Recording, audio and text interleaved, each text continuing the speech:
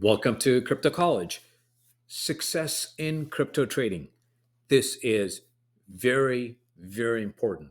Listen to it once, twice, three times, four times, whatever it takes. Take notes, whatever it takes, because following these steps, will make you a successful trader, a successful crypto trader.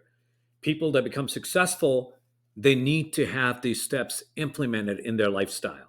Otherwise, you will not succeed. And our goal here at Crypto College is that each one of you, become really successful in crypto trading. So, without further wait, let's start. First and foremost, discipline. It is very important that you adapt discipline in your lifestyle when you are trading. And that you know differs from a person who's a gambler with the gambling instincts, with a gambling attitude. Trading is not gambling.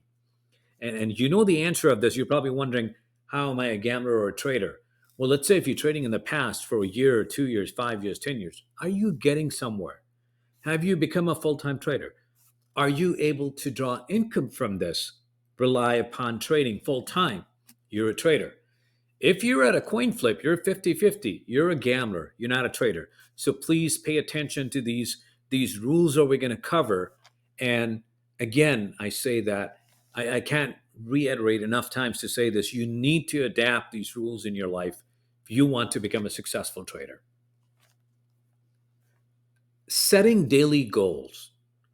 So my goal is to make, for example, $1,000 a day. All right, or $50 a day, $100 a day, $500 a day, whatever it is. Your goal is 30,000 a month. That means $1,000 a day, or 15,000 a month means $500 a day. Whatever your goals are, once you reach that goal, you walk away. You switch off. You go back to your family. You go back to your leisure. Go back to your swimming, sports, whatever you do, watching television, whatever you do in your life, you go back to that. You don't turn it back on again next day when you're ready for your next goal. Don't be that person where you stay with your computer, with your desktop, with your laptop 24/7 looking for coins. Someone messages you, this coin's going to short, this is going to long. You have reached your goal. You walk away. You've heard the saying, you can't lose money unless you're in a trade. You cannot lose money unless you're in a trade. So your deal is to make the trade, reach your goal, and then get out of it. Take your profits, get out of it. You don't need to stay in longer. Okay. All right. DD, due diligence. Research a coin. Research a coin. Go on Coin Market Cap. Look at the volume. Look at the market cap. Look at how it's trending. Look at the weekly. Look at the daily. Look at the trend. You don't want to go against the trend. Do all these things before you jump in and open your position. Don't do it because an email came and said, Bitcoin's going to short. Don't do it because a bunch of people in your Telegram group or WhatsApp group are saying that it's going to short. No, you need to go and do your due diligence, your research before you open your position. Successful traders, they spend time. I wake up in the morning, I spend a couple hours on a coin and look at the behavior of a coin. Cryptocurrency is very volatile, which is in our benefit. That's how we make money, because if it goes up, we make money, goes down, we short it, we make money. But keep in mind, it's very volatile. Anything can happen from next hour, next minute, last day. If a coin was at $1 billion, for example, Dogecoin, and then you find out that some whale means these guys with big money that come in and they move the coin, whale came in and dumped $300 million, and then Doge went down. So anything can happen. You need to do your research before taking any position. And it's not just in the morning. If you're trading multiple coins, you need to research them all. All right. You don't move forward without that. Okay. Trading bag size. Your trading bags, what are they? So it's your futures account has $100. Now there's two rules that I follow. Number one, you keep your trading bags constant. So meaning the size of the bag, if it's $100, all the bags you're going to trade is $100, 100. You don't jump from, three trades in $100 and then you jump to $1,000. The reason being, you can't average out your profits. What happens is three trades at $100, you made profits, and then you thought you're top of the world, you know the trading game, And you don't need a mentor. You don't need someone teaching you because now you're smart. You made money. You did three trades. You made $300. Wow. You're going to put in $1,000 in your fourth trade and something went wrong. That trade went the opposite direction. Now you lost $1,000. You need to now make up 10 of those $100 trade to make up for that one. You're less motivated. Remember, we're humans, our motivation go down, right? We're less motivated now because now you know from the get-go you need to do 10 trade just to make up for that loss before you can make profits. But if you keep your bag same 100, 100, 100, 100, you lose something, you lost one bag. You go back and do it, right? Second thing, you divide your amount. Let's say you can trade with $1,000. You can trade with $100. You divide that into four bag size: 25, 25, 25, 25. Why do I do that? What happens is something goes wrong with the bag. I still have three more bags to trade. I don't go off. I don't switch off. I don't have to wait for my next paycheck to come in before I could trade.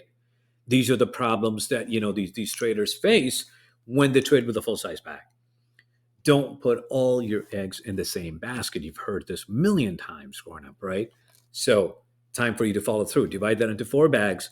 Now, if something went wrong, you lost that $25 bag, you're still motivated because you still have three more bags to go. So, you're going to go back and research what went wrong. You're going to look at your stop losses. You're going to look at your take profit. You're going to look at your indicators. Were you with the trend?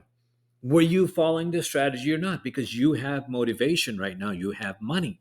But if you lose all that money, your motivation goes down the drain because you don't know when's the next time you're going to have money to trade. So you never go back and research what went wrong, which is crucial in moving forward.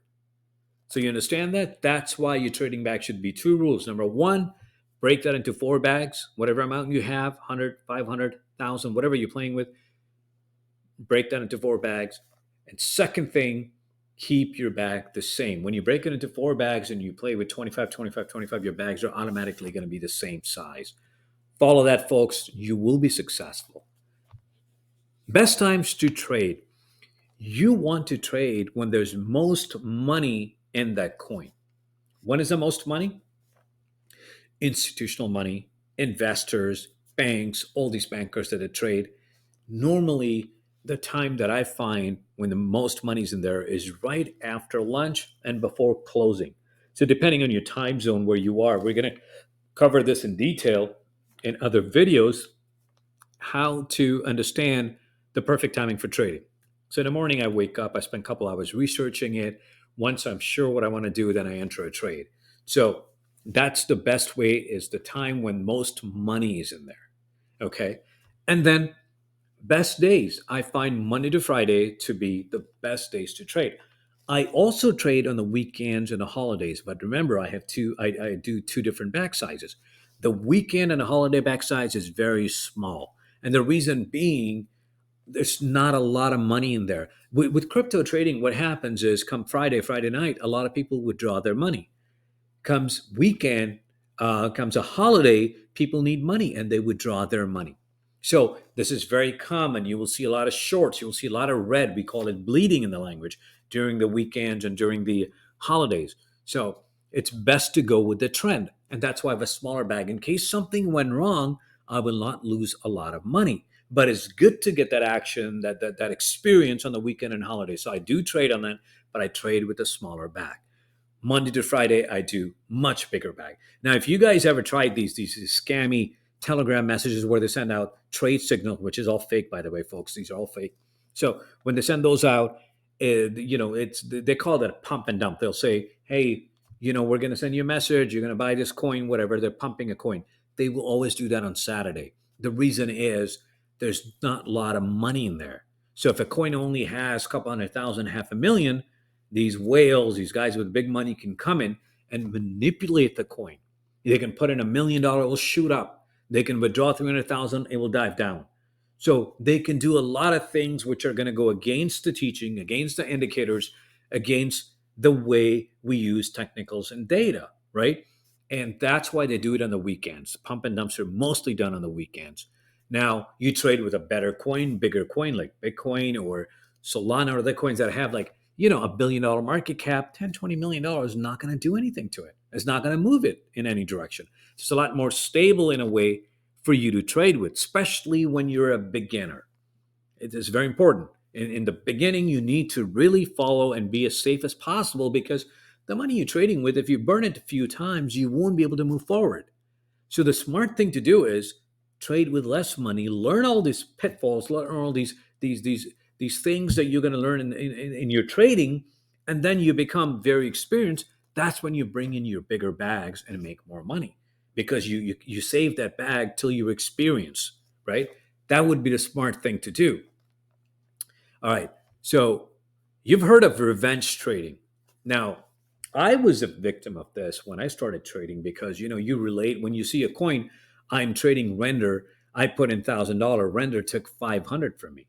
What is my first reaction as a human being when I'm trading? I get angry. When you get angry, you're not an analytical thinker anymore.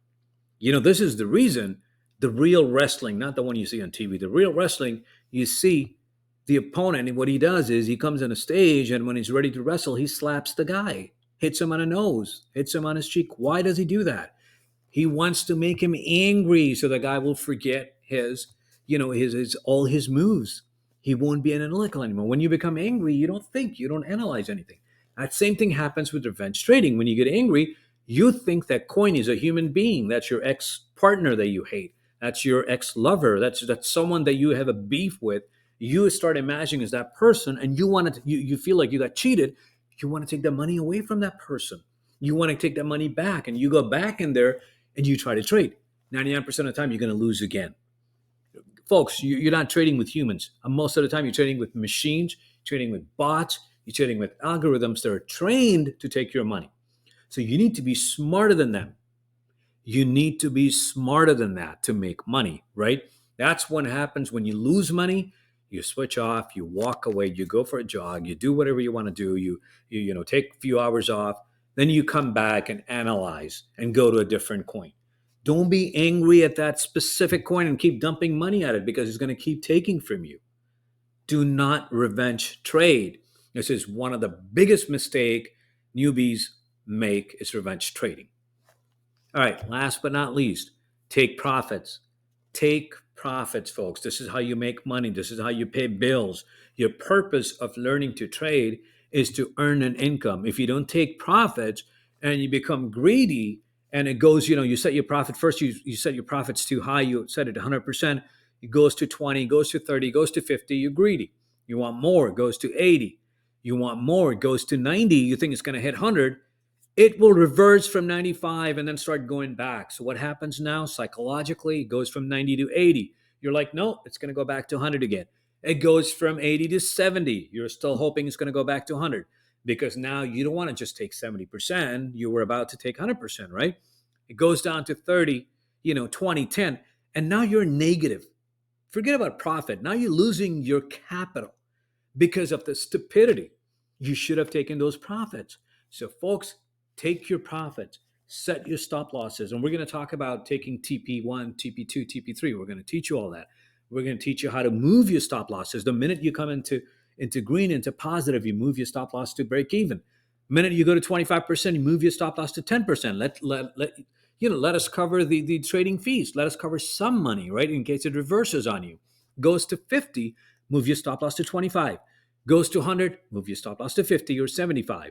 Keep a tight stop loss because the reverses at least gives you that money. So, you want to make money. We want to see you happy. The purpose of all this is to be able to provide for your family, keep a happy family. But you practice.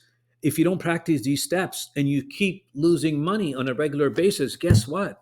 Next thing you know, wife is filing for a divorce. She wants to leave. She wants to kick you out of the house, or your spouse, your husband's kicking you out of the house.